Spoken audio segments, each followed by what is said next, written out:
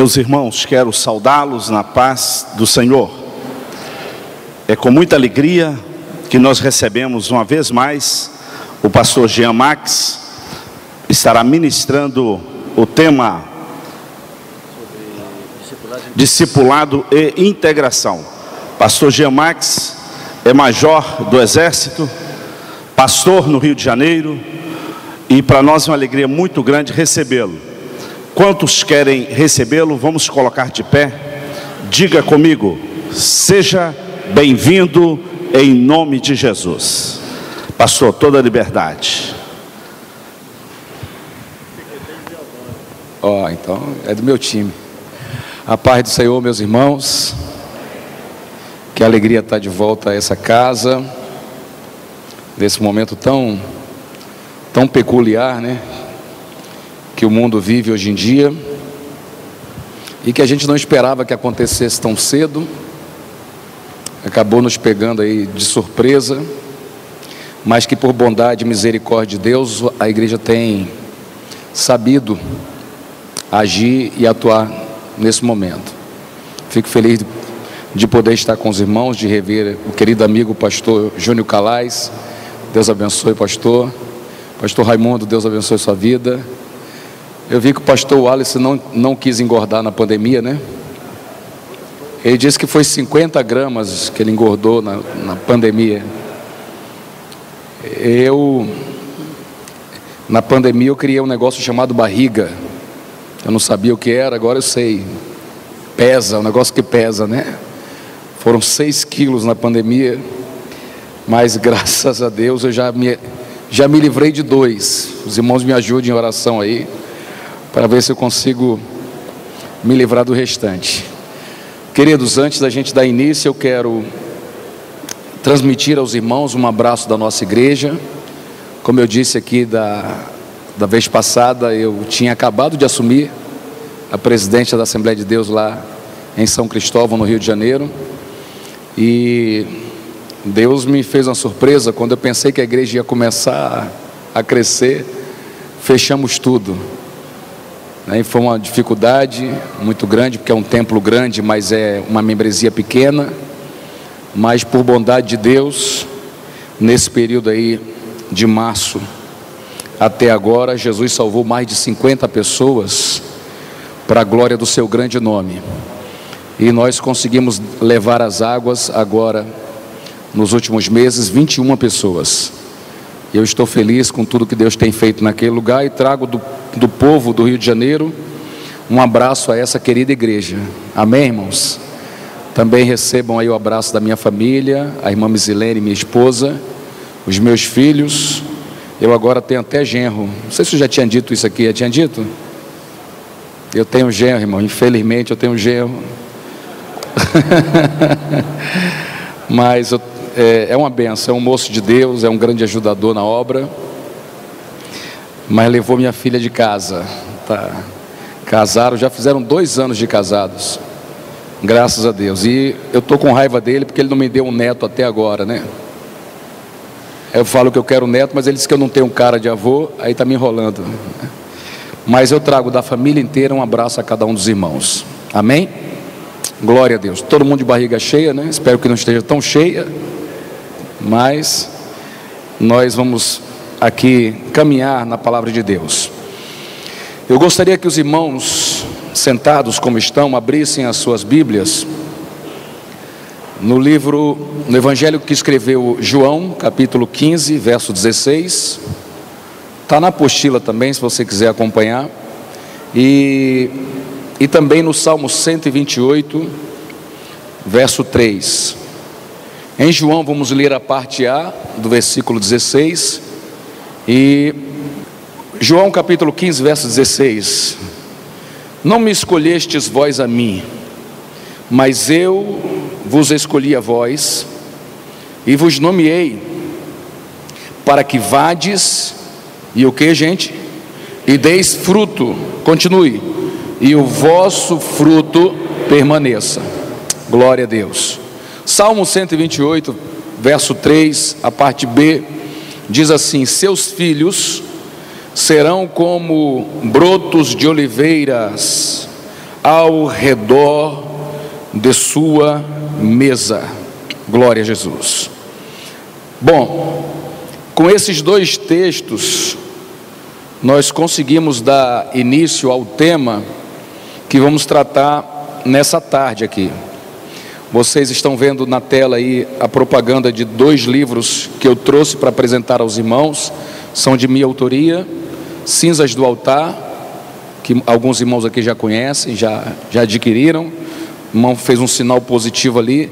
Vencendo a guerra contra o velho homem. A pior luta que nós temos é contra nós mesmos. É um livro de novo nascimento, vai te ajudar a vencer você mesmo. E eu trouxe aí um lançamento para apresentar à igreja aqui, o Profic.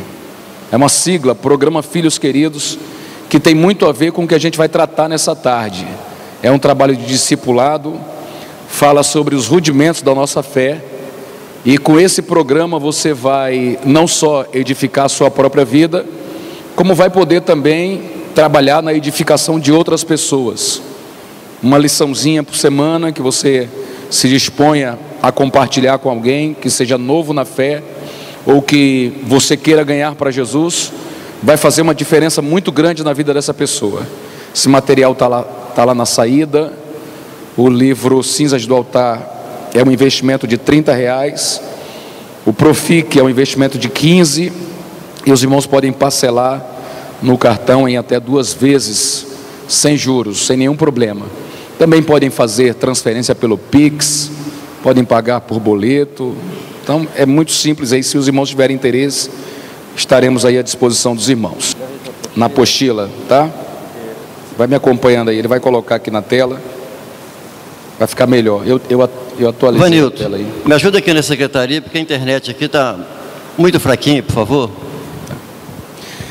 Então, gente, o propósito dessas 2 ministrações é garantir que as vidas que o Senhor confia a nós, e Ele faz isso toda hora, elas não se percam, muito pelo contrário, elas sejam aperfeiçoadas na fé e se tornem pessoas frutíferas também para Deus. Infelizmente, de 2003 a 2009, e agora eu estou esperando dados novos para atualizar essa informação, porque a pandemia multiplicou esses números, mas eu não tenho os dados para oferecer, mas eu sei que multiplicou. De 2003 para 2009, o IBGE registrou um aumento em 414% de desigrejados. O que é que significa o termo desigrejado? É aquela pessoa que ainda se diz evangélica, cristã, mas que parou de frequentar a igreja. Numa live que eu fiz esses dias com um pastor lá da Califórnia, nosso amigo, o pastor Paulo Rosa, ele trouxe um número estarrecedor.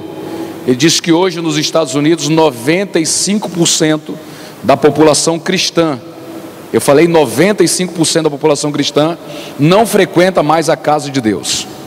Abandonou a igreja, ainda se declara cristão, mas abandonou a igreja. E desses 95%, mais de 70% não tem mais prática cristã nenhuma na sua vida. Então observe aí o perigo, observe como Satanás tem tido sucesso em seus propósitos de arrancar as pessoas da casa de Deus. É aquela famosa ideia da porta do fundo maior do que a porta da frente. As pessoas entram uma quantidade de gente pelo nosso esforço no evangelismo, na pregação diária, nas visitas que a gente faz, nos cultos familiares. A gente está o tempo inteiro tentando salvar alguém, mas lamentavelmente temos uma porta nos fundos enorme, pelas quais muitos estão se perdendo. E você leu comigo que o Senhor nos escolheu, o Senhor nos nomeou e o Senhor nos enviou para que a gente desse fruto e que o nosso fruto permaneça. Esse detalhe não pode ser desprezado, porque nós temos um apego muito firme à questão da chamada. A gente atende, a gente se empolga com ela, e a gente traz a pessoa, a gente coloca ela aqui dentro e a gente pensa que a missão está cumprida. que o trabalho já terminou, e não é verdade, porque o propósito que está previsto aqui em João 15 é que o fruto permaneça, ou seja, que aquela pessoa que a gente trouxe para a presença de Deus não se perca.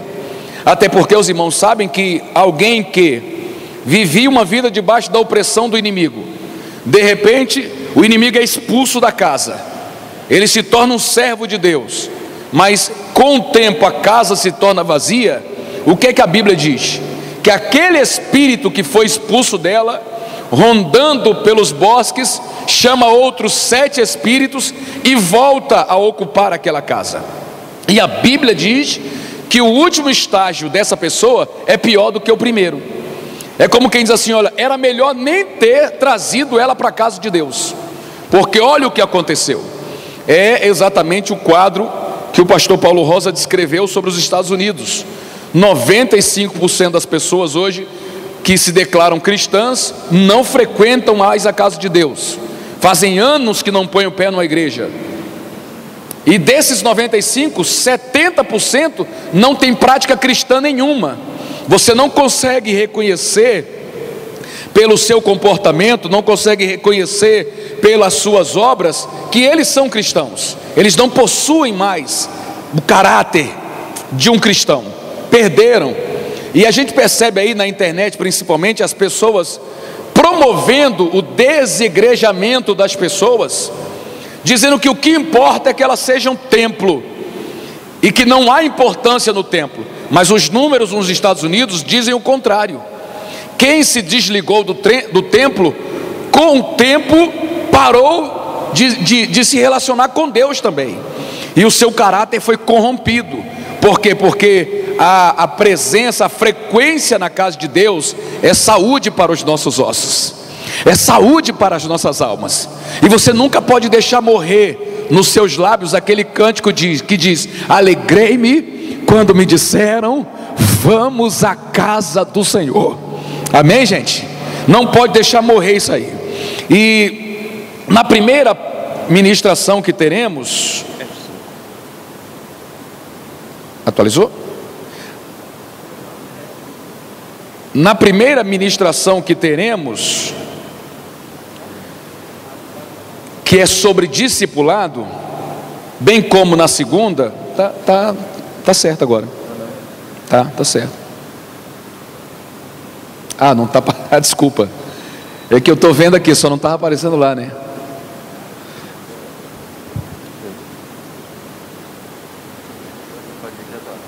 Ah, foi? Ótimo. Tanto na primeira como na segunda, nós vamos falar sobre, vamos buscar esse propósito aí, gente, ó. O que é que está escrito naquela tela ali? Fechar a porta dos fundos, tá? Esse é o nosso propósito nas duas ministrações, tanto essa de agora como a da parte da noite. O objetivo é esse: fechar a porta do fundo. E no interesse de fechar a porta dos fundos, nós precisamos trabalhar para resolver problemas como esse, por exemplo. Eu vou usar algumas imagens aqui, porque eu acredito que elas vão facilitar a sua compreensão. Observe a situação desse quadro. Tem gente colocando água nele, não tem? Tem gente tentando encher o vaso, mas o problema é que o vaso está todo furado, e por mais que a pessoa se esforce, por mais que o ministério se esforce para encher, com o tempo, em pouco tempo, aquele esforço feito para encher o vaso vai se perder, porque ele está todo furado. Então é propósito nosso que, com tudo que Deus ministrará sobre as nossas vidas nessa tarde e também na parte da noite, a gente comece a reparar essas brechas, para diminuir, pelo menos diminuir a perda dessas pessoas. Eu não tenho a menor intenção de ver Satanás feliz, absorvendo no inferno os nossos filhos na fé, muito menos os nossos filhos de dentro de casa. É lamentável, mas a membresia da geração anterior não têm tido sucesso em manter os seus filhos na casa de Deus como gostariam. E nós, em nome de Jesus Cristo, hoje vamos resolver pelo menos grande parte desses problemas, e Deus seja glorificado por isso. Amém, gente? Glória a Deus. Então essa é a nossa intenção. Glória a Jesus. A primeira coisa que devemos fazer, irmãos, nesse momento, é dissociar o tema discipulado do tema integração. É um propósito nosso nessa tarde. Por quê? Porque, como geralmente em boa parte das igrejas funciona no mesmo local, na mesma sala, a gente acaba criando um entendimento de que é a mesma coisa, e não é. São coisas distintas. Uma coisa é o discipulado e a outra é a integração. O discipulado, ele tem como propósito garantir que as vidas que o Senhor confia a nós e a igreja sejam aperfeiçoadas na fé. Isso é discipulado. A integração visa manter essas pessoas conosco, porque tem gente que você vai conseguir discipular, mas vai preferir congregar em outra igreja. Você discipulou, mas você não integrou. A gente vai falar um pouco mais sobre isso na parte da noite. Tem gente que você até integra, ele se ambienta em nosso meio, ele consegue viver entre nós, mas o seu caráter não foi transformado. Então o que aconteceu com essa pessoa? Ela foi integrada, mas ela não foi discipulada, tá? Aí você decide o que é que você julga ser mais importante: se é o discipulado, que transforma o caráter, mas não segura a pessoa com a gente, ou se é a integração, que segura ela com a gente, apesar de não transformar o caráter. Então, eu acho que a resposta é muito óbvia, né? É preferível que você se esforce no discipulado dela, que ela tenha o seu caráter transformado, ainda que congregue em outro lugar. Ainda ontem eu ministrei, ontem não, porque ontem eu já estava aqui. Anteontem eu ministrei numa igreja lá no município de Duque de Caxias, e um pastor querido, amigo, soube que eu estava pregando perto da igreja dele. Ele foi visitar a outra igreja para me encontrar, e aí conversando com ele, falei: como é que está fulano, Beltrano, seus filhos, né? Os 3 filhos desse pastor são obreiros da casa de Deus agora. 2 são presbíteros e 1 é pastor. Falei: poxa, que bênção, glória a Deus. E como é que eles estão lá? Ele falou: não estão comigo, eles estão em outros ministérios. Aí falei: mas pelo menos, graças a Deus, estão com Jesus. Então o trabalho daquele pai funcionou no que diz respeito ao discipulado, mas infelizmente os jovens obreiros não se viram mais, não tiveram ambiente para continuar na mesma igreja que o pai congregou a vida inteira, congregou e congrega a vida inteira. Então aquele versículo que nós mostramos no início, eu vou até voltar lá, ó. Não é esse aí não, não era esse versículo não, é outra. Aqui ó: seus filhos, e fugiu aqui o som para mim. Seus filhos serão como brotos de oliveira. Aonde, gente? Ao redor de sua mesa, tá? Eu fico tentado a antecipar algumas coisas, mas não posso. Deixa eu manter aqui na sequência. Vamos mostrar aqui algumas comparações entre discipulado e integração. Vamos lá. Aperfeiçoar na fé. O que é isso aí? Me ajude. Aperfeiçoar na fé é o que? Discipulado. Fazer a pessoa permanecer conosco. Integração. Muito obrigado. Amadurecer o caráter cristão. Discipulado. Desenvolver o senso de pertencimento. Eu pertenço a esse lugar. O que é isso? Integração. Irmãos, a gente vai trabalhar nas duas áreas, que nem Salomão sugere em Eclesiastes 11: pela manhã semeia a tua semente, à tarde não retire a tua mão. Você não sabe qual delas vai prosperar. eu quero muito que os meus filhos tenham o caráter de Cristo, mas eu quero eles comigo. Por que eles precisam congregar em outro lugar? Se o que eu estou ensinando funciona, se a minha igreja é realmente uma bênção, por que os meus filhos precisarão de outro ministério para se manterem na presença de Deus? Ok? Então esse senso de pertencimento é uma coisa muito importante também. Meus filhos ao redor da minha mesa. Glória a Deus. Vamos seguir.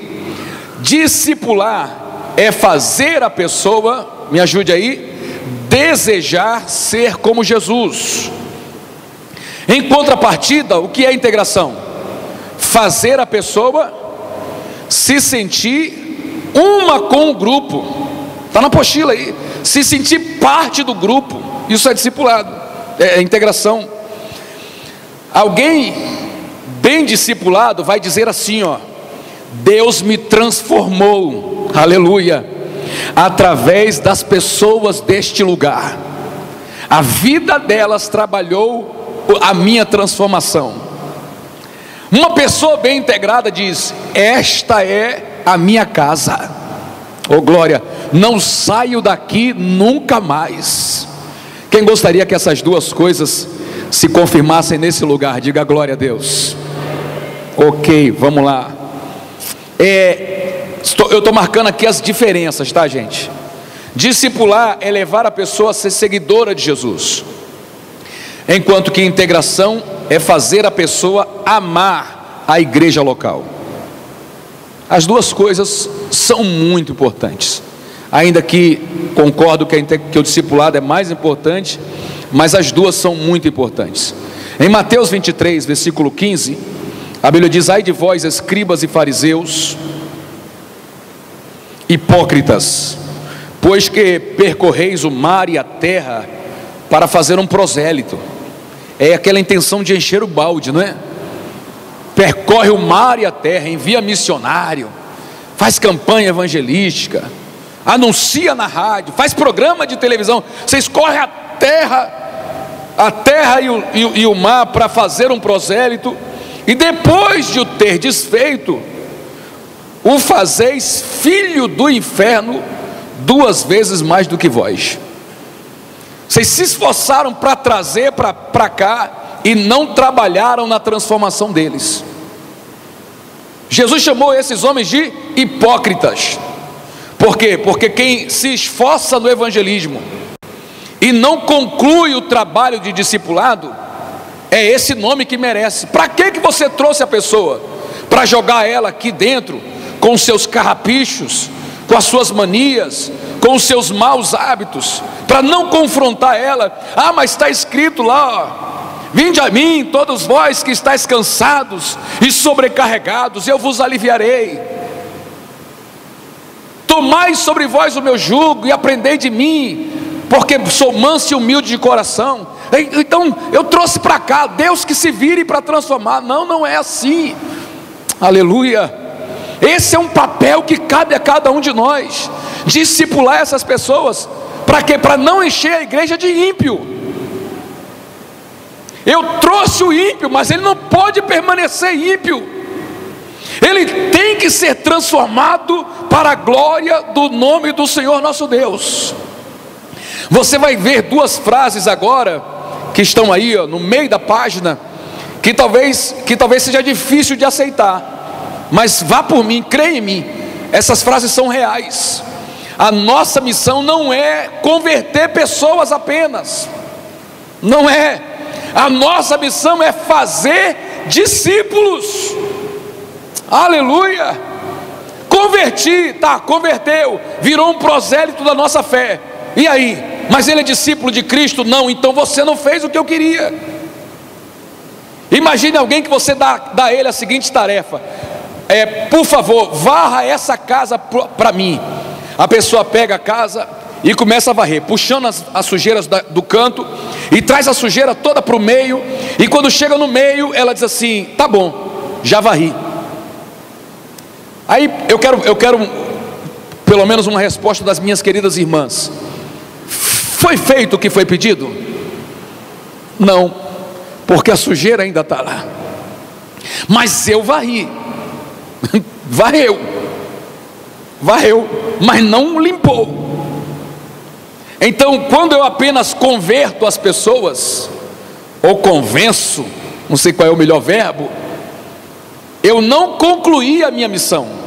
A nossa missão, dada pelo Senhor Jesus Cristo, é discipular, fazer discípulos do Senhor Jesus. Gente que quando se olha em sua nova condição espiritual, diz: a minha vida não é mais a mesma. Eu fui transformado pelo poder do Espírito Santo de Deus. Deixa eu dar um pequeno testemunho. Eu me converti aos 16 anos. E mais ou menos 1 ou 2 meses depois de crente, eu estava na rodoviária de Campinas, em São Paulo, com um amigo meu. E quando um cara dessa altura aqui, magro, bem magro, que me entregou um cartão escrito Magrão, era o apelido dele, o nome artístico dele, falou para mim que ele era DJ da boate mais badalada de Campinas. Estava eu e o irmão em Cristo, que agora já dorme no Senhor, da minha idade ele, estava do meu lado. E o Magrão, quando soube que a gente era militar, se empolgou: poxa, era meu sonho e tal, e contou que era DJ. E ele fez a seguinte oferta: visita lá a minha boate, vocês vão entrar de graça, deu um cartão para a gente, vão entrar e vão beber de graça. Eu tinha 1 mês ou 2 de convertido, e ninguém tinha me dito que eu não podia mais ir em boate. Então eu falei para ele assim: poxa, que legal, obrigado. Peguei o cartão feliz da vida. E o rapaz que estava comigo, que era crente quase que de berço, apesar de ser um jovem também, pegou o cartão dele também feliz da vida. E na sexta-feira à noite, que ele pediu para a gente fosse, nós fomos à boate.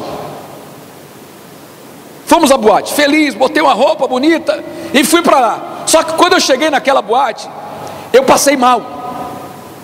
Eu me senti desajustado ali dentro. Tinha um som pesado, tinha gente bonita.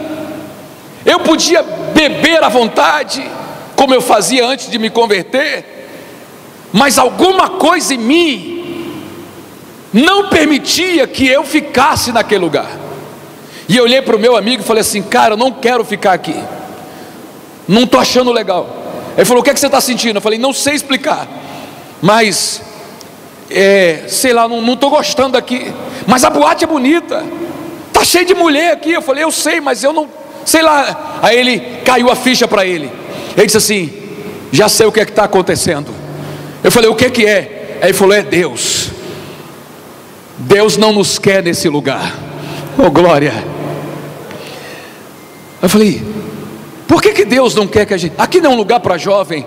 Ele falou: mas não é um lugar para quem nasceu de novo. E aí ele me pegou pela mão, a gente saiu da boate, e nunca mais na minha vida eu coloquei o pé num lugar como aquele.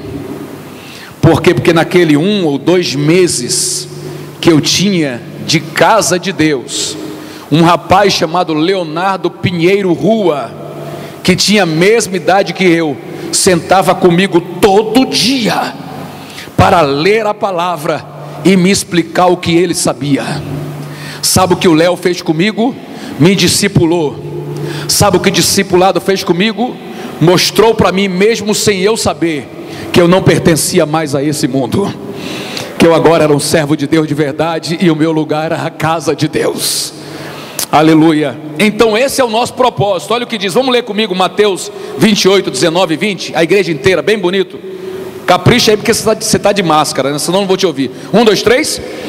Portanto, fazei discípulos de todas as nações, continue, batizando-os em nome do Pai e do Filho e do Espírito Santo. Prossiga, ensinando-os a observar todas as coisas que eu vos tenho mandado.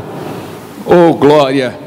Então, irmãos, veja aí, ó, fazer discípulos precisa passar, para concluir essa missão, preciso fazer a pessoa passar pelo processo do batismo.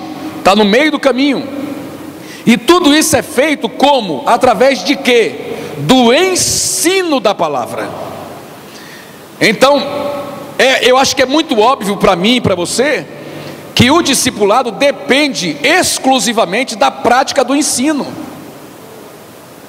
Eu sou assembleano como você, moro lá no Rio de Janeiro, e no Rio de Janeiro tem uma expressão que os crentes assembleanos gostam muito, que é o tal do reteté, que eu não sei nem onde é que arrumaram essa palavra, mas tem essa expressão lá. E o crente, quando quer se exibir, quer dizer que é um pentecostal raiz, ele fala assim: eu sou crente do reteté. Aqui não tem isso, não tem, pastor? Tem em alguns lugares aí, né? Já deu lá. Crente do reteté, né? O crente do reteté tem suas características. Ele gosta de pular, ele gosta de gritar alto. Se deixar, ele cai também no chão. Ele adora deitado. Ele é uma bênção, irmão. Oh, coisa maravilhosa. Mas o pulo que ele dá não transforma quem está do seu lado. Mas deitar no chão e adorar a Deus deitado não transforma quem ficou em pé. O que é que você pode fazer se realmente deseja a transformação de alguém? Senta com ela e compartilhe a palavra de Deus. Aleluia. Sente com ela e ensine a palavra, e você vai ver alguém todo moribundo, todo endemoniado, sendo limpo, sendo transformado e sendo liberto para a glória de Deus Pai. Aleluia. Uma jovem que há pouco tempo se converteu na nossa igreja, foi batizada agora em janeiro. Quando ela se converteu, veio muito oprimida para a igreja, muito oprimida. O diabo atormentava ela de madrugada. Ela estava se sentindo atribulada, não tinha paz, não conseguia dormir. E aí, angustiada, eu quero oração. Foi na igreja mais atrás de oração do que outra coisa. E a gente orou por ela e expulsamos. Aí ela foi para casa. Você está se sentindo bem? Estou bem, graças a Deus. Respirou fundo, foi para casa. Alguns dias depois, voltou tudo de novo. Vamos orar, e expulsa. Aí depois voltou tudo de novo, vamos orar, expulsa. E ficou aquele negócio esquisito, complicado. Aí ela falou com um dos nossos pastores lá, um pastor auxiliar nosso: eu acho que eu vou lá na Universal.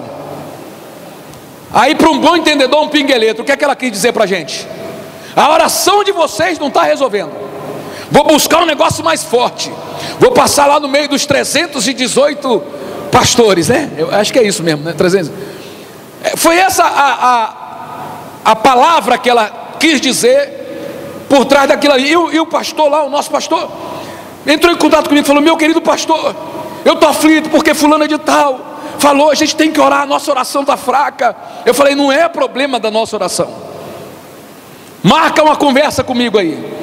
Eu falei para ela: o seu problema é achar que eu sou um feiticeiro, que eu estou aqui para te benzer e tirar o mal de dentro de você. Você ainda não se abriu para aprender a palavra. Você quer mesmo ser liberta? Vem para cá toda quinta-feira e senta com a gente aqui. Nós vamos ministrar a palavra para você. Irmão, não deu 3 semanas, o demônio já parou de perturbar a moça. Não tem demônio, não tem espírito ruim, não tem espanto noturno, não tem seta que voa de dia, nem peste que anda na escuridão. Por quê? Porque o vaso se encheu do conhecimento da palavra de Deus. Aleluia. Porque se ficar nesse negócio, você expulsa, volta, expulsa, volta, expulsa, volta. Não adianta. Se a casa continuar vazia, o diabo vai voltar e vai piorando a situação dela. Nós precisamos encher as pessoas do conhecimento da palavra de Deus.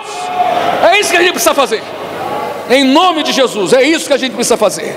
E é exatamente esse o grande ministério que Jesus Cristo desenvolve. Você, quando lê a história de Jesus, você vai notar que ele muito mais ensinava do que pregava. Eu só vi Jesus cantando um hino uma única vez. Foi quando eles saíram para o Monte das Oliveiras depois da última ceia.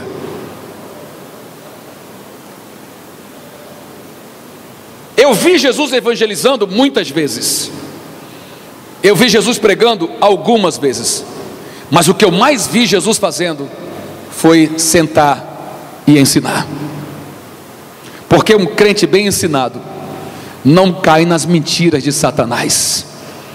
Ele vai ser daquele time que diz assim: eu sei em quem eu tenho crido, e eu sei que Ele é poderoso para guardar o meu tesouro até aquele grande dia.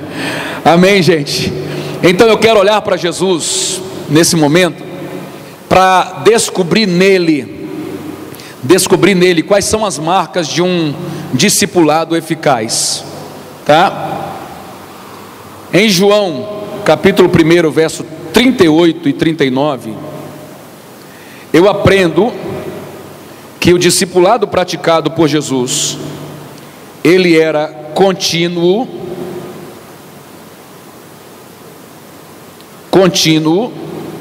e diário.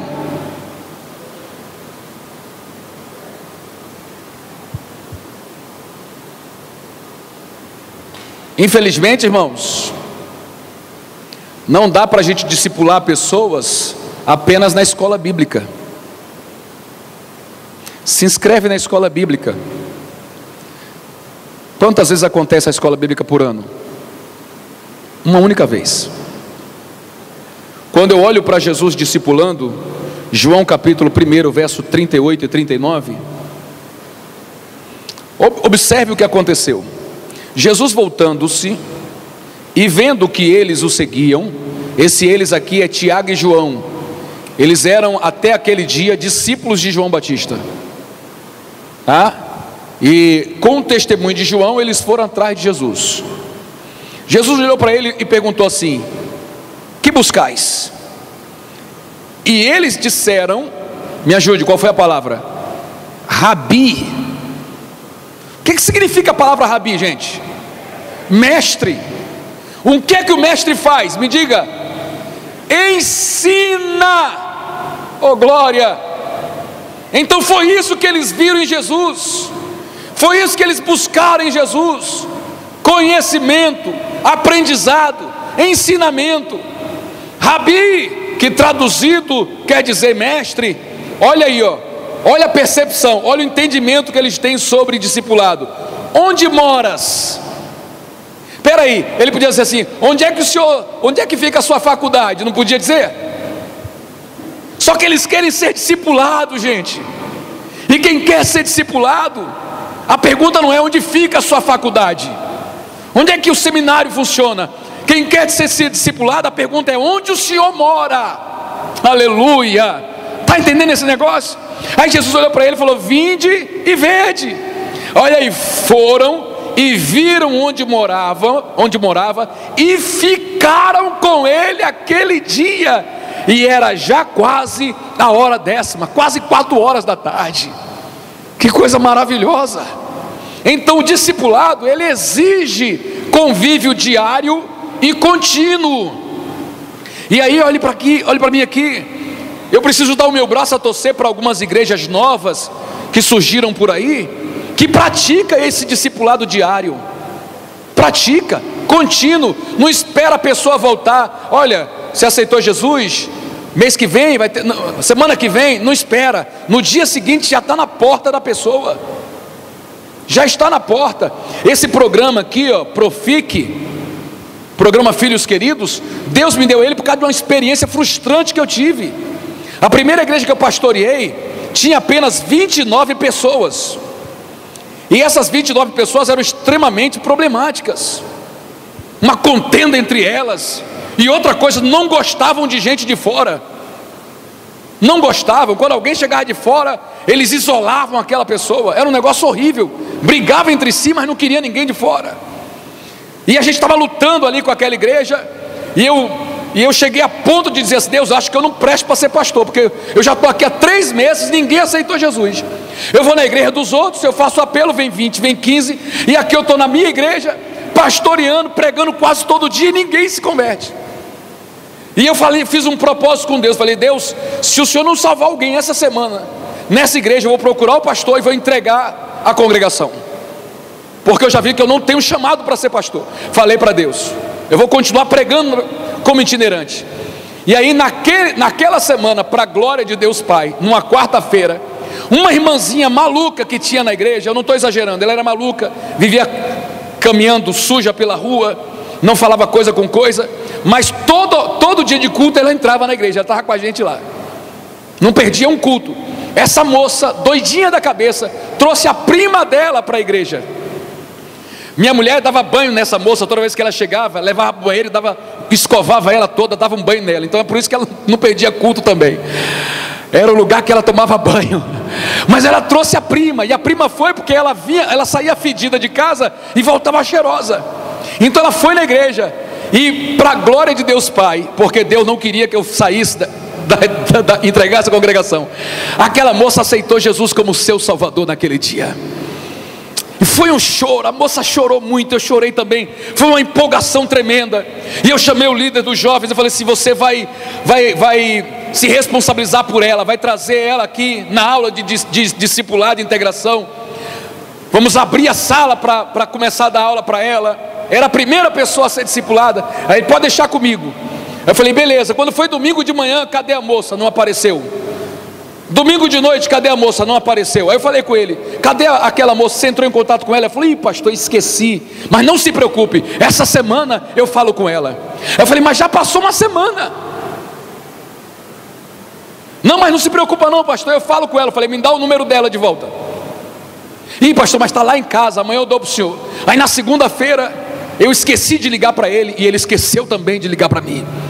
Na terça eu lembrei e falei: me dá o número da moça. Não, pastor, deixa que eu ligo. Eu falei: agora quem vai ligar sou eu, me dá o número dela. Quando eu liguei para ela, irmãos, a moça falou assim: não, está tudo bem comigo, inclusive eu estou tendo aula aqui em casa agora, da Bíblia. Eu falei: aula? É com o pessoal da minha igreja. Ah, mas você era de alguma igreja? Falou: não era não.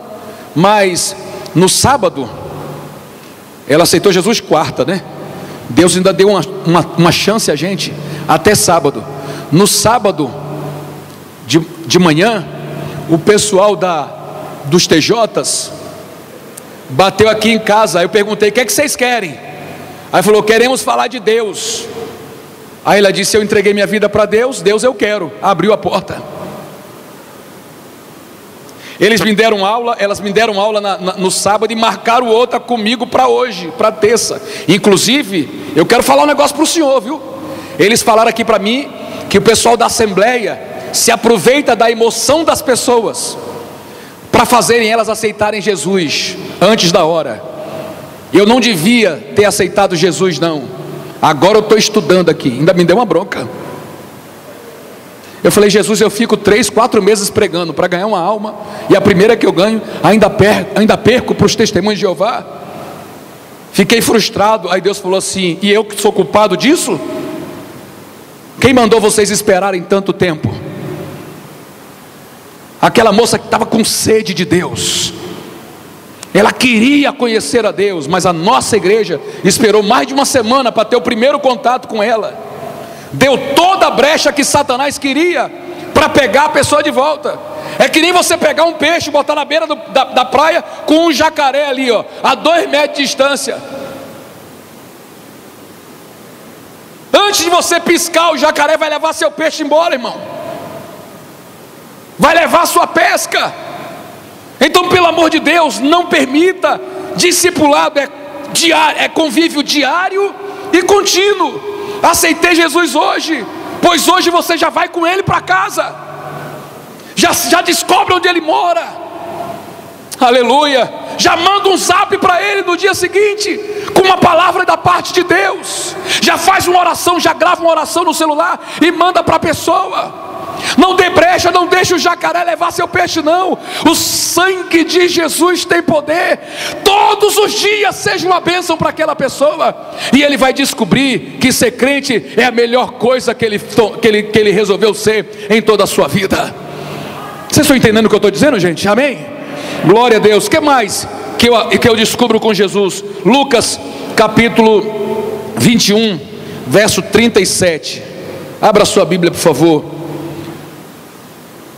O discipulado de Jesus, ele era didático. A sua maior preocupação era ensinar.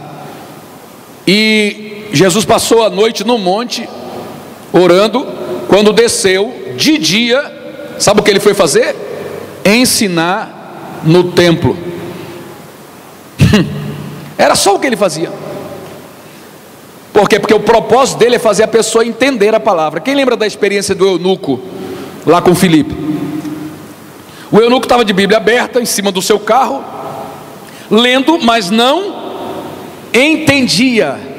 Ele precisou de alguém para explicar o que ele estava lendo, e esse alguém foi Filipe. E é exatamente essa pergunta que Filipe faz. Filipe olha para ele e pergunta: entendes o que lês? Aí ele falou: como é que eu posso entender se não tenho ninguém para me explicar? Então discipulado exige a presença de alguém para explicar. É isso, ele é didático. Vamos avançar. Outra coisa que eu vou explicar um pouquinho mais para frente, ele é paternal. Quem discipula, está discipulando, vendo o novo convertido como o seu próprio filho. Você quer que seu filho vá para o mundo? Que o seu filho se desvie? Não, então pratique um discipulado paternal. Vamos lá, Mateus capítulo 9, verso 14. Então chegaram ao pé dele os discípulos de João, dizendo: por que jejuamos nós e os fariseus muitas vezes, e os teus discípulos não jejuam? E disse-lhe Jesus: podem porventura andar triste os filhos das bodas enquanto o esposo está com ele? Dias, porém, virão em que lhes será tirado o esposo, e então jejuarão. Jesus via os discípulos como filhos das bodas. João 1, verso 11: veio para os que eram seus, os seus não o receberam, mas todos quantos o receberam, deu a eles o poder de serem feitos filhos de Deus. Aleluia. Então, discipulado é coisa de pai para filho, e eu vou comentar um pouquinho sobre isso ali na frente. E outro propósito do Senhor Jesus Cristo é fazer dos discípulos aquilo que Ele mesmo era. É por isso que o discipulado exige que eu seja realmente um servo de Deus para praticar o discipulado. Por quê? Porque se eu quero que a pessoa seja transformada, eu desejo isso a meu exemplo, ou a minha maneira. Como Paulo disse: sejam meus imitadores, como eu sou de Cristo. Vamos ler Lucas capítulo 6, verso 40. Abra sua Bíblia, por favor, e eu vou pedir que você leia comigo a uma só voz. Pastor Wallace, teria alguém para ajudar a ler o versículo? Teria alguém para ajudar a ler o versículo? Eu te ajudo. Tá? Pode ser? Pastor Wallace vai ler aqui Lucas 6,40, e os irmãos acompanham ele. Está aqui, pastor. Só 6,40? É. O discípulo não é superior a seu mestre, mas todo o que for perfeito será como o seu mestre. Vamos ler todo mundo junto? 1, 2, 3. O discípulo não é superior a seu mestre, mas todo o que for perfeito será como o seu mestre. Será como o seu mestre. Obrigado, pastor. Então essa é a intenção de Jesus. Ele diz assim: eu estou discipulando vocês para vocês serem como eu, e vocês vão discipular outras pessoas para elas serem como vocês. Então, primeiro, cuidado com o que você é, para você não deformar a forma, né? Para você não ser uma forma deformada e estragar a vida de quem está chegando. Irmãos, eu preciso dar esse testemunho aqui. 30 segundos. Eu estava numa reunião de pastores muito importante, e o pastor que estava dirigindo a reunião permitiu que os pastores falassem sobre os problemas que estavam enfrentando em seus ministérios, as dificuldades. Aí um levantou e disse: meu problema é esse. O outro levantou: meu problema é esse. O outro levantou: meu problema é esse. E sabe qual era o assunto comum a todos os pastores? O problema que todos eles estavam enfrentando: estou tendo problema com crente antigo, estou tendo problema com obreiro. Alguns ainda disseram assim: novo convertido não me dá problema, quem me dá problema é crente velho. Quem me dá problema é obreiro. Obreiro, então, E eu estava ouvindo aquilo foi me incomodando, e eu disse: meu Deus, isso está errado. Quer dizer que quando a pessoa era nova convertida, ela era boa, ela era uma bênção. Agora que ela amadureceu na fé, ela é um problema? Então o que a igreja está fazendo? Que ela recebe pessoas abençoadas, Deus traz a pessoa abençoada para a minha mão, e diz: Jean, cuida desse novo convertido. Eu falo: vamos orar, ele ora. Eu falo: vamos jejuar, ele jejua. Eu falo: vamos evangelizar, ele está comigo evangelizando. Ele não fala mal de ninguém, ele está sorrindo o tempo inteiro. E 4 anos depois, essa mesma pessoa é um problema para mim. O que eu fiz com ela? O que eu ensinei para ela que ela piorou depois de 4 anos? Aí eu falei para os pastores: alguma coisa está errada no nosso discipulado. Alguma coisa está errada. Por quê? Porque se a matéria-prima chamada novo convertido, vamos lá, matéria-prima do trabalho de um pastor, novo convertido, era uma boa massa, tinha boas intenções, por que agora, depois de 10 anos, é um endemoniado, atribulado? O que eu ensinei para ele, pelo amor de Deus? Vocês estão percebendo a importância da gente tratar disso com seriedade? Qual é a intenção de Jesus quando discipulou 12 homens ao longo de 3 anos? Transformá-los em pequenos cristos, em pessoas parecidas com ele. E aí você pega um discípulo tomando uma surra de chicote em Atos 3 e volta para casa feliz da vida.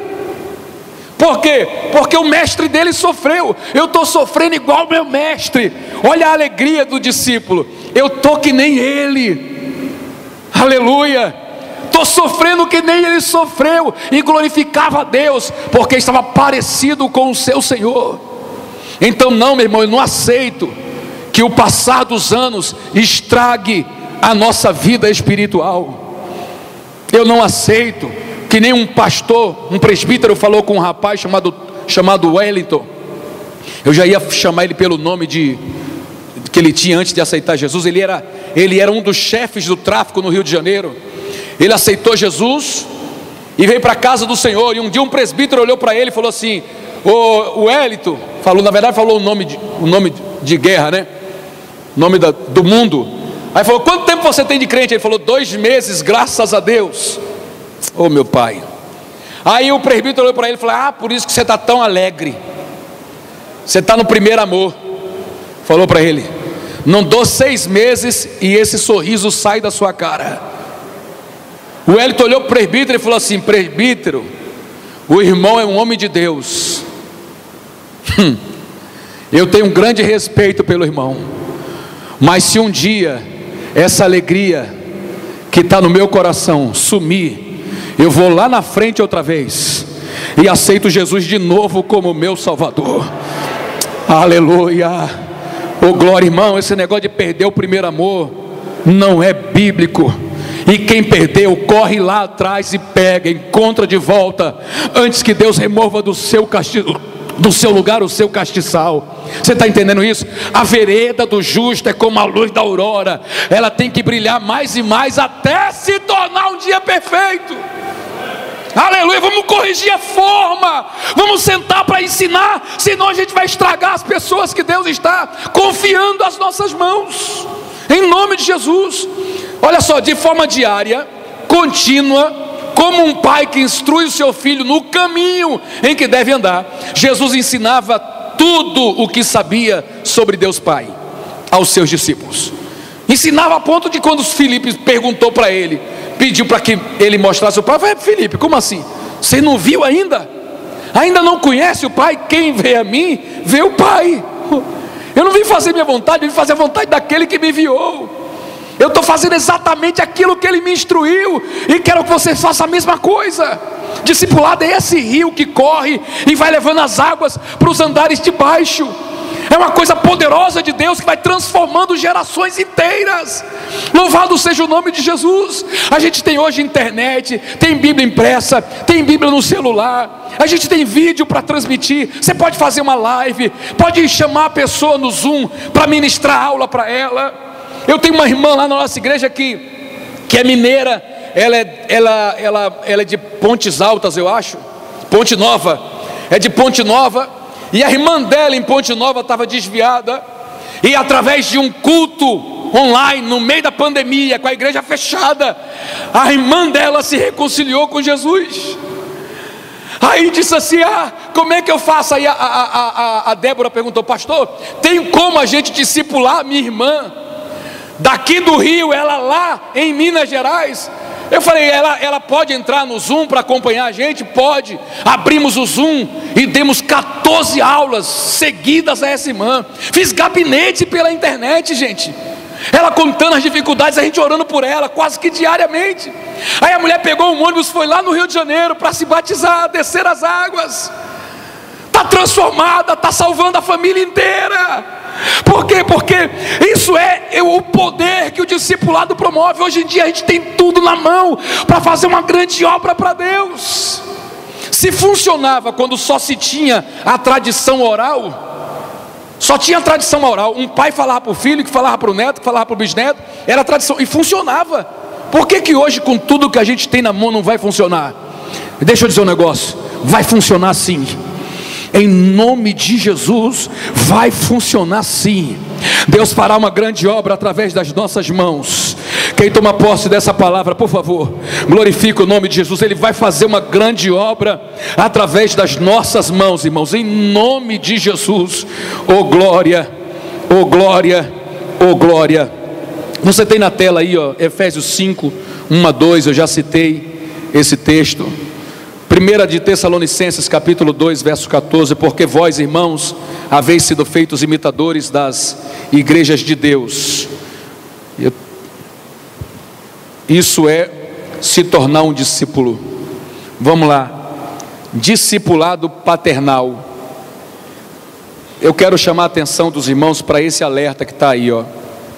Leia para mim, por favor, toda a igreja. 1, 2, 3. Quem tem dificuldades para ensinar seus filhos e conduzir sua família em fé, terá dificuldades para praticar o discipulado na igreja. É por isso que o diabo luta tanto contra a figura do homem.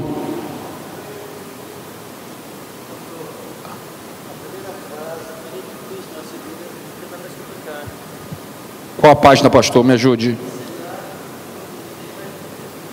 Tá, desculpa. É ensinar e conduzir. Ele tá chamando a atenção que a primeira frase não é nem tão difícil, é ensinar. O mais complicado é conduzir. E eu concordo. Principalmente dentro de casa. O que você fala não tem muito peso não. O que tem peso é o que você é, o que você faz, o exemplo que você dá.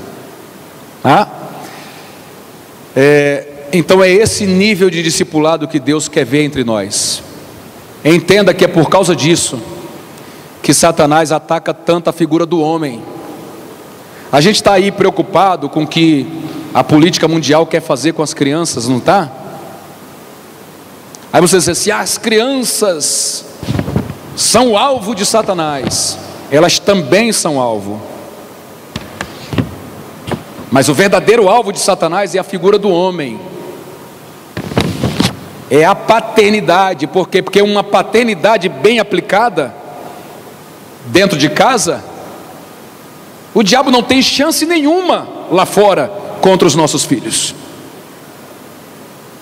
O meu caçula, eu tenho 3 filhos, o meu caçula, ele estudou num colégio que tinha apenas 8 meninos na sala, e mais ou menos o mesmo número, um pouco maior, de meninas. 8 meninos. Dos 8 meninos, pelo que ele disse, 5 eram homossexuais. E eu estou falando de quando ele tinha 12, 13, 14 anos, por aí. 5 eram homossexuais. Dos 11 professores homens da escola dele, apenas 1 não era homossexual. E o bobão aqui não não enxergou isso na escola. Quando a gente veio perceber que a escola estava aparelhada daquela forma, já estava perto do final do ano. De 11 professores, apenas um não era homossexual. Inclusive um dos meninos que não eram gays era filho de um professor que era gay. Estudava na sala do pai dele. Olha que mundo chegamos. Aí você vê um cenário desse e pensa assim: poxa, quando eu tinha a idade do meu filho, eu estudava num colégio com quase 2.000 alunos, e eu não lembro de nenhum gay naquela época. Na escola inteira, não lembro de nenhum.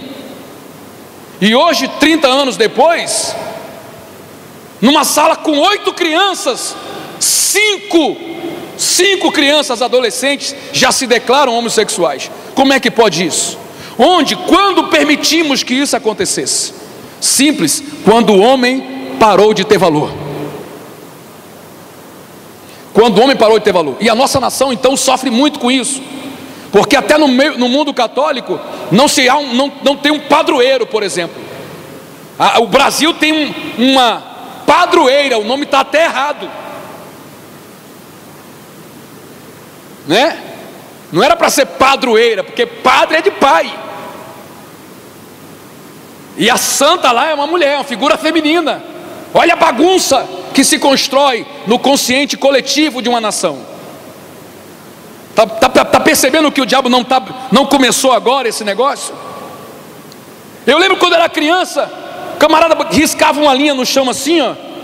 Aí botava uma tampinha de um lado, uma tampinha do outro, e o grandão dizia para os pequenos: ó, isso aqui é a mãe dele, isso aqui é a sua mãe. Vai deixar ele pisar na sua mãe? E a gente tampava no murro, irmão, porque os maiores faziam a gente brigar. Ninguém nunca falou do pai, porque não funcionava. Se dissesse é o pai dele, não estou nem aí. Na minha mãe não, mas no pai ele deixava, porque ele tinha mais respeito pela mãe do que pelo pai. Tudo isso é o que? Uma construção para enfraquecer a paternidade, para o pai não ter influência sobre o seu filho. Isso é uma construção. Qual é o objetivo de Satanás? Impedir que as pessoas sejam referência para outras. E está o mundo isolado, gente se matando. Ontem mais um pastor tirou a própria vida, pai de 2 meninas, lá em São Paulo, tirou a própria vida. É uma coisa sem fundo, um poço sem fundo. Por quê? Porque os pais morreram. Os pais morreram, não tem mais autonomia. E eu preciso glorificar a Deus, porque mesmo naquele ambiente ácido, doente, os meus filhos, por bondade, gente, eu digo isso por bondade e misericórdia do Senhor, não se corromperam, não foram atrás de prostituição, não se deixaram vencer por aquelas influências malignas. A minha filha ganhou o apelido de mãe das amiguinhas dela, era tratada como mãe, era a conselheira das que tinham a mesma idade dela. Até hoje, esses dias, uma menina que estudou com ela muito tempo atrás, voltou para o Rio de Janeiro e disse: por favor, me leve em sua igreja. Falou com a minha filha. A minha filha ficou toda feliz, falou assim: poxa, mas você nunca aceitou ir na minha igreja comigo? Ela falou: mas eu não sei o que está acontecendo, eu estou com sede de Deus, e eu lembrei de você. Oh glória, por quê? Porque quando a paternidade ela é vivida dentro de casa, ela promove efeitos devastadores nas fortalezas de Satanás lá fora. Então meu irmão, olhe para dentro da sua casa, oh glória, e discipule o seu lar, porque os seus filhos e os seus netos serão uma bênção para esta geração. É por isso que Satanás, pastor Calais, está tentando tirar a família, os filhos, da autoridade paterna, que aí eles fazem o que quiserem com os nossos filhos. Eles não querem correr o risco de você ensinar a verdade para o seu filho, porque o seu filho vai ser uma coluna, um esteio moral, que não se venderá nesta geração. Tome posse disso, por favor, em nome de Jesus. Então, desenvolva, corrija, cure a sua paternidade, o exercício da sua paternidade em casa, para você também ser uma bênção na casa de Deus, tá? No hebraico, discipulado vem da palavra mathateu, que significa seguir os preceitos e instruções de alguém, ensinar e instruir, tá? Agora eu tenho uma outra pergunta para fazer: quando é que termina o discipulado, gente? Quando é que eu sei que o trabalho de discipulado terminou? Quem é pai de filho adulto aqui? Deixa eu ver. Quem é pai de filho adulto? Levanta a mão. Aí, pai de filho adulto. Você ainda tem que ensinar as coisas para o seu filho, mesmo ele depois de adulto? Tem, pastor? Então vou fazer a pergunta de novo. Quando é que o discipulado termina? Nunca.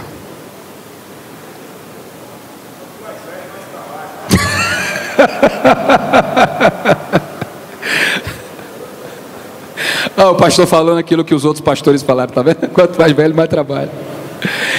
Ele mesmo, querendo o aperfeiçoamento dos santos, para a obra do ministério, para a edificação do corpo de Cristo, até que, me ajude gente, até que todos cheguemos à unidade da fé e ao conhecimento do Filho de Deus. Continue. A varão perfeito, à medida da estatura completa de Cristo, para que não sejamos mais meninos inconstantes. Quem já chegou na estatura completa de Cristo? Deixa eu ver. Meu Deus. Estou querendo achar uma igreja que alguém tenha coragem de levantar a mão. Não achei ainda.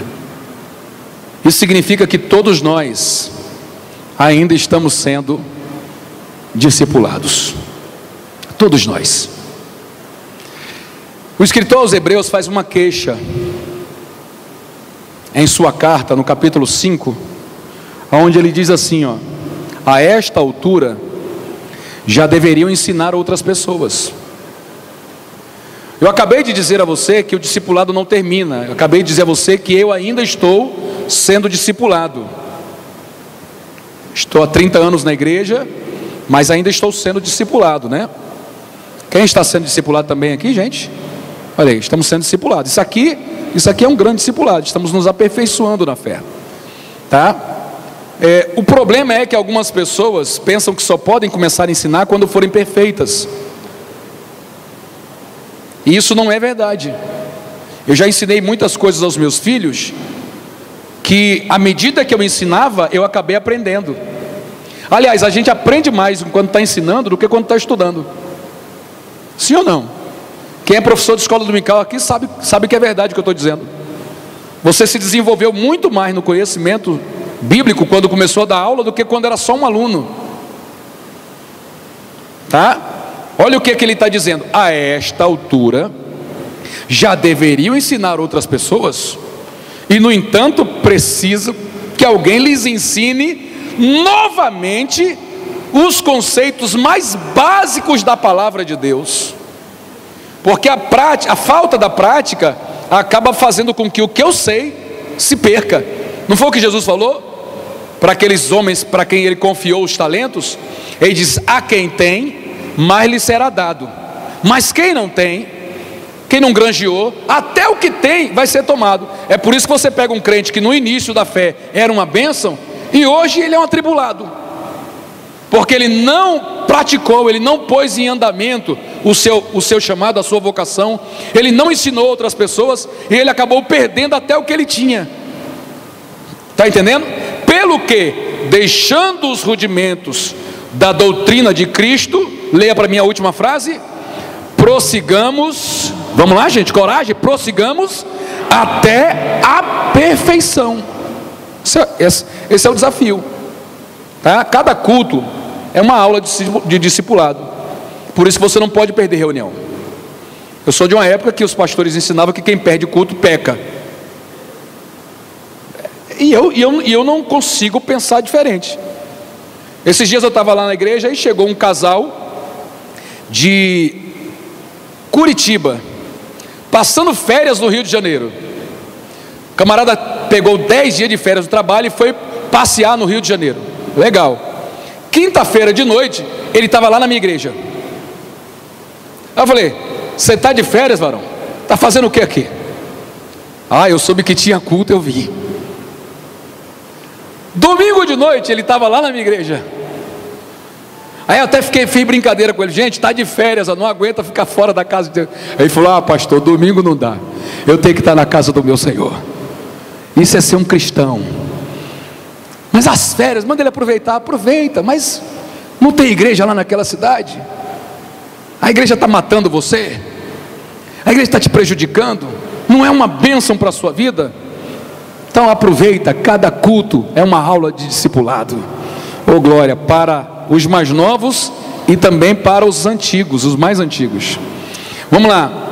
Mensagens que nada ensinam ou sequer nos confrontam a sermos melhores cristãos são mensagens inócuas e nem precisavam ter acontecido. Os irmãos concordam com isso? Então esse negócio do casamento, estou vendo um anjo aqui, estou vendo um anjo lá, está ensinando o que, pelo amor de Deus? Nada. Não está ensinando nada. Eu percebi, talvez isso seja até uma dica para os irmãos, os obreiros aí, os pastores, que a gente consegue produzir muito mais resultado com a igreja quando a gente, por exemplo, ministra uma série de pregações, ensinos no domingo à noite acerca de algum tema na Bíblia. Por exemplo, agora eu estou ministrando na igreja sobre conhecendo Jesus intimamente. E aí eu percebo que as pessoas se interessam mais e produzem um resultado melhor nelas. Aí já vi um pastor que ministrou o ano inteiro só sobre a carta aos Romanos. Bateu tanto na igreja que ninguém desvia nunca mais, irmão.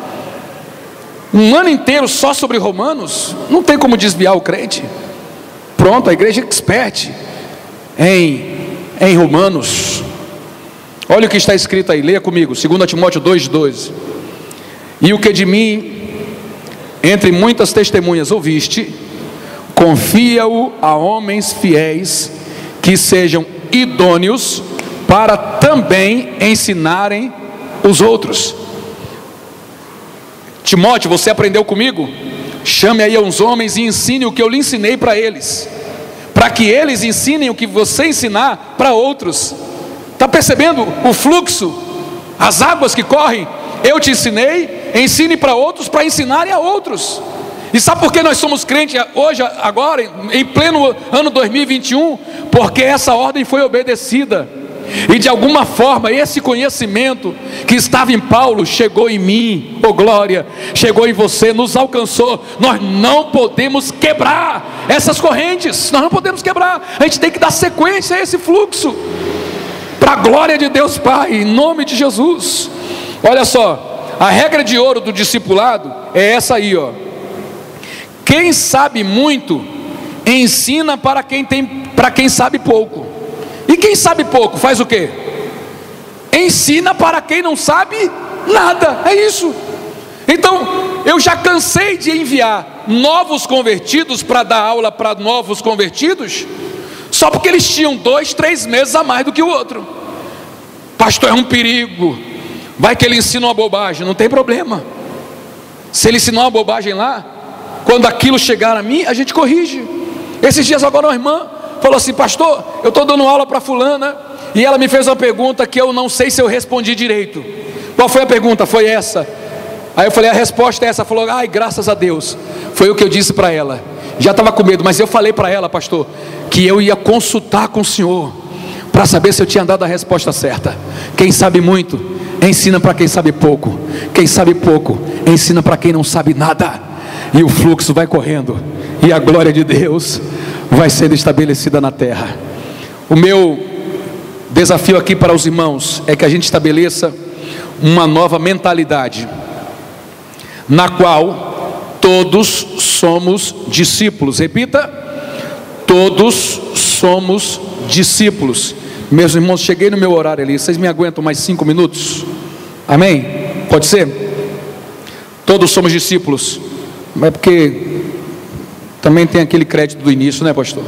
Aquelas substituições no início. Então,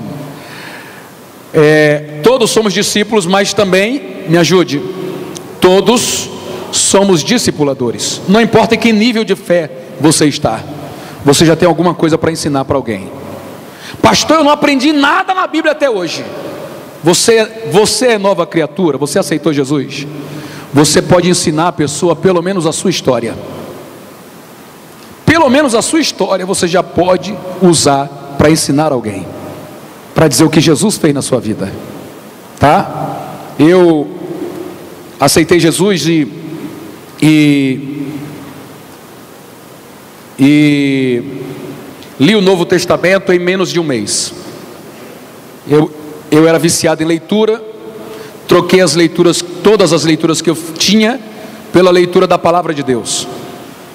Um mês depois eu tinha lido o Novo Testamento inteiro, porque me recomendaram começar pelo Novo Testamento. Mas por que eu não começo em Gênesis? Falou, não, vá por mim, depois você vai para Gênesis. E aí eu fui para Gênesis. Eu li Gênesis, eu acho que nos 5 dias. Aí eu fui ler Êxodo.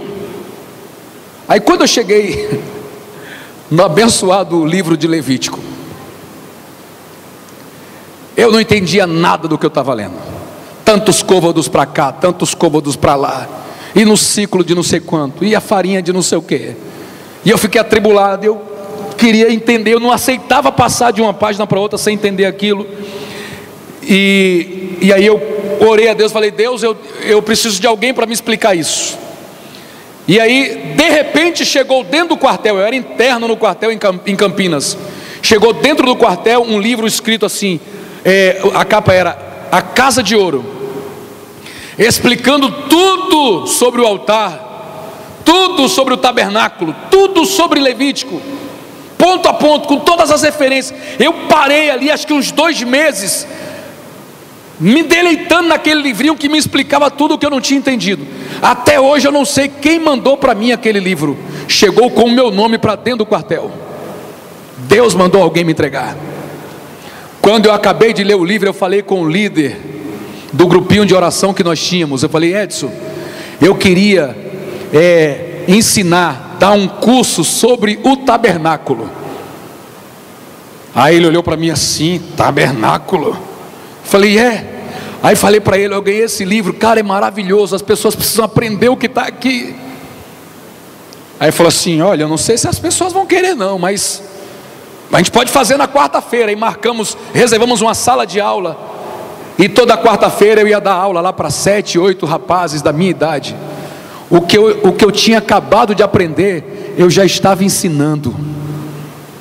Por quê, pastor? Porque você queria ser professor, queria ser pregador? Não, eu nem imaginava que um dia eu estaria vivendo uma experiência como essa. Eu só queria compartilhar aquilo que abençoou a minha vida.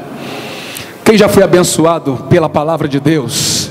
Pelo amor de Jesus, compartilha isso, divide. Eu li um capítulo ontem, família, oh glória, entra lá no zap da família. Família, eu queria deixar com vocês uma palavra que eu acabei de ler na Bíblia, e diz o que você leu, e diz o que você entendeu, e dá um testemunho para a família.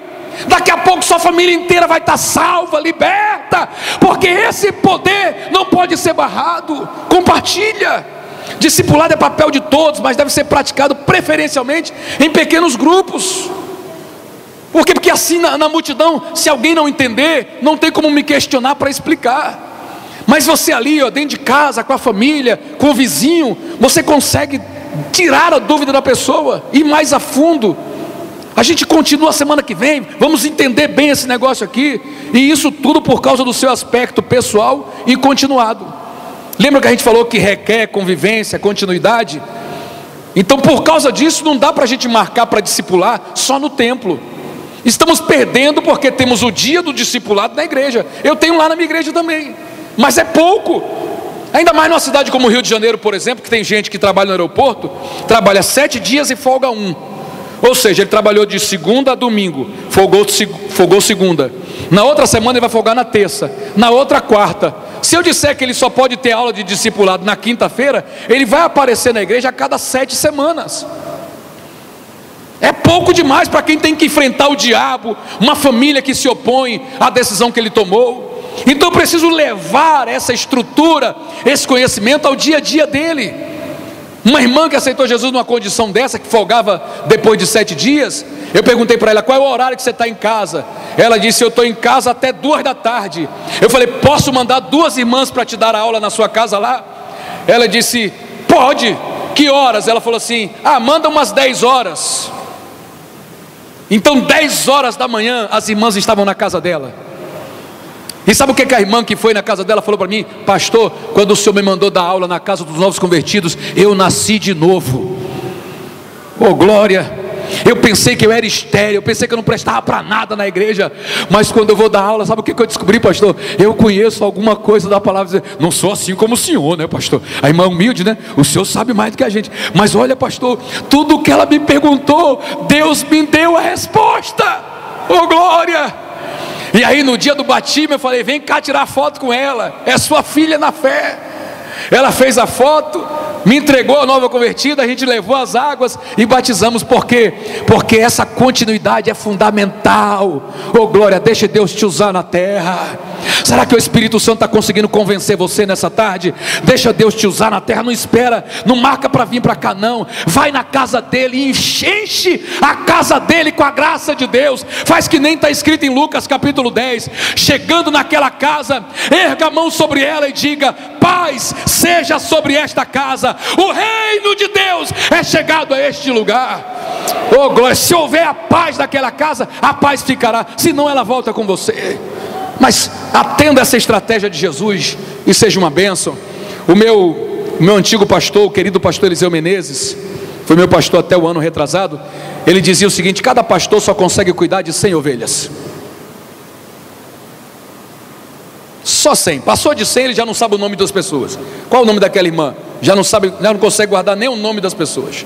Ele precisa dividir a estrutura para que alguém lhe apoie. Aí vem a necessidade dos líderes.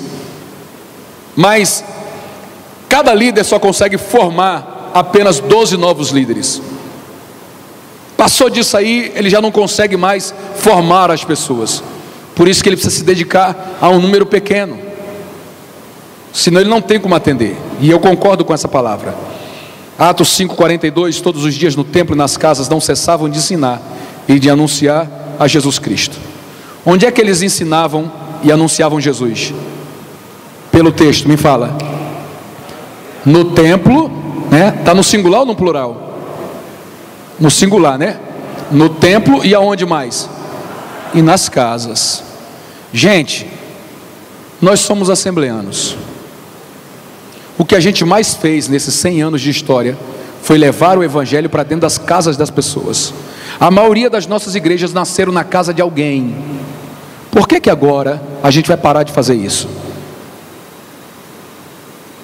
Eu não tenho outra explicação. É o diabo quem quer me afastar desse projeto de levar o evangelho para dentro das nossas casas. O uso das casas para o discipulado é fundamental, pois é no dia a dia e na convivência familiar que os novos convertidos poderão mostrar que nasceram de novo. Para tanto, a igreja precisa se comprometer em ajudá-los nessa tarefa. Quando eu aceitei Jesus, o meu pai principalmente se voltou contra mim. Não aceitou que eu tivesse aceitado a Jesus como meu Salvador.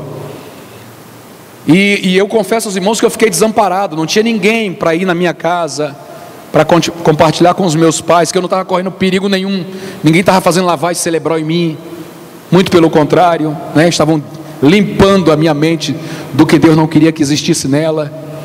Mas quando a igreja se propõe a discipular as pessoas e alcançá-las em suas casas, a aceitação da família facilita.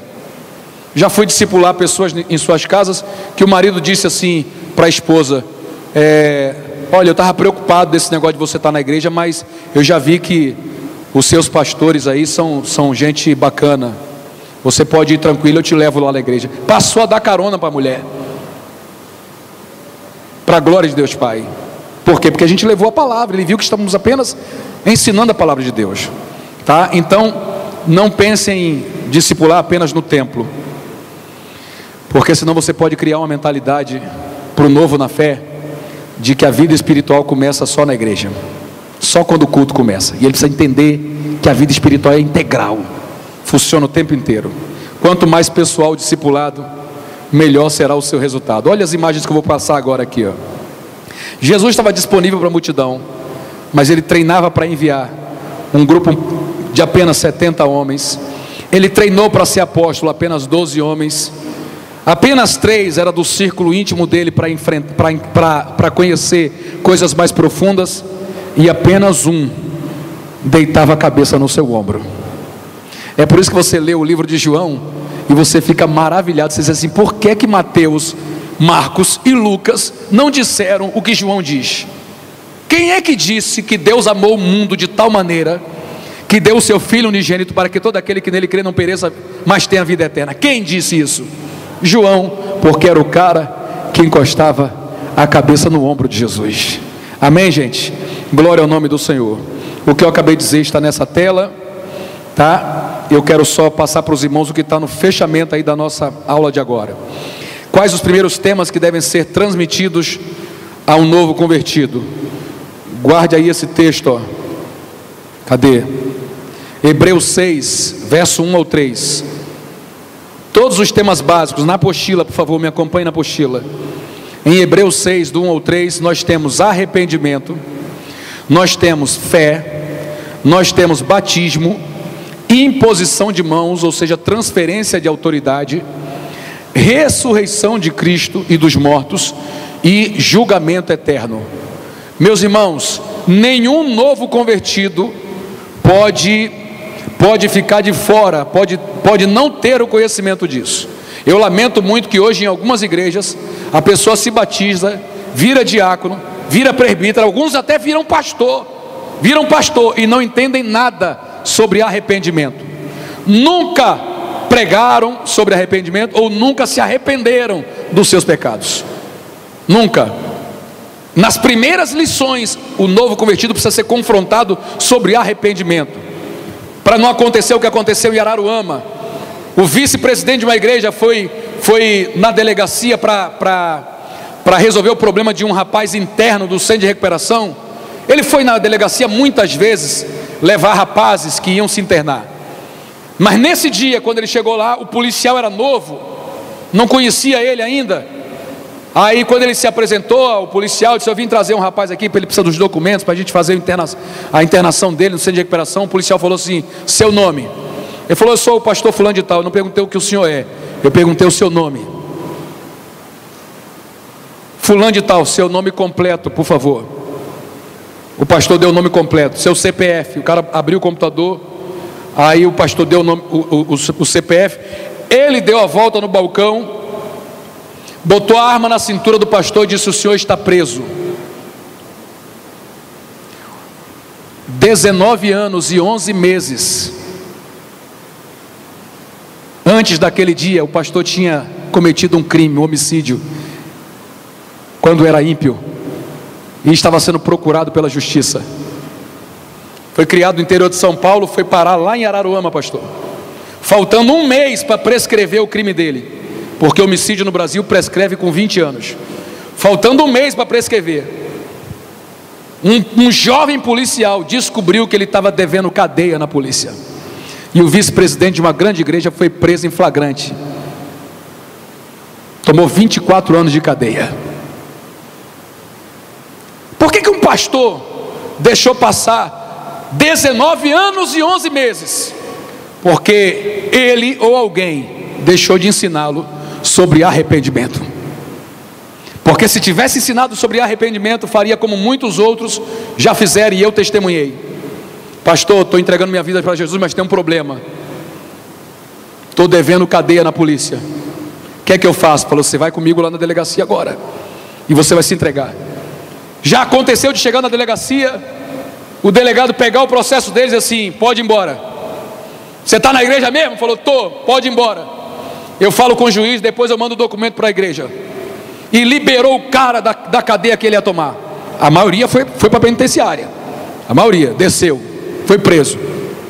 Mas já aconteceu do cara ser perdoado ali na boca da urna, mas teve coragem de enfrentar os seus pecados e de confessar a sua culpa, porque senão ele vai ficar se enganando aqui dentro, gente. E que adianta se esconder da mão dos homens e cair na mão do Todo-Poderoso? Então, um dos primeiros assuntos com novos convertidos tem que tratar sobre arrependimento, tá? E aí os irmãos têm a apostila na mão para explicar outros detalhes sobre isso, mas são temas básicos que precisam ser apresentados a eles: fé, batismo, o que significa o batismo para você não dar banho na pessoa, imposição de mãos para ele entender sobre autoridade, para ele saber como é que a casa de Deus funciona, ressurreição, para animá-lo na esperança de uma vida eterna e também julgamento eterno. Senão o evangelho não está completo. Amém, meus queridos irmãos? Me perdoem aí porque eu passei do horário, tá? Mas eu acho que deu para pegar, né? E se Deus permitir, daqui a pouco, logo mais à noite, vamos falar sobre integração. Você concorda de ficar de pé? Glória a Jesus.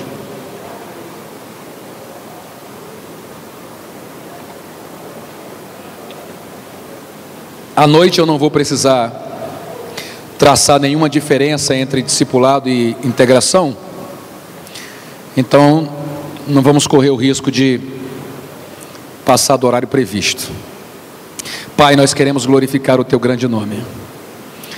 Te agradecer, Senhor, pelo privilégio de nessa tarde aprender essas coisas tão básicas da nossa fé, mas que precisam ser tratadas com a seriedade necessária para que o nosso fruto permaneça e para que os filhos sejam criados ao redor da nossa mesa.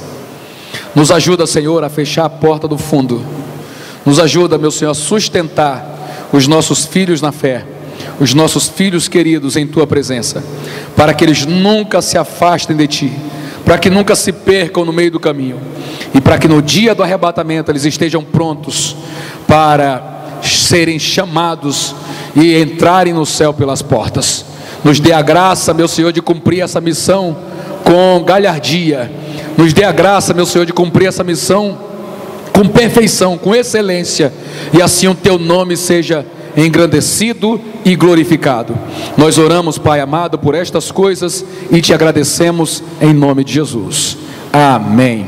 Meus irmãos, o material que eu anunciei, os 2 livros estão ali na porta. Se vocês puderem investir, participar da minha vida, do meu ministério, eu agradeço muito aos irmãos. Deus abençoe.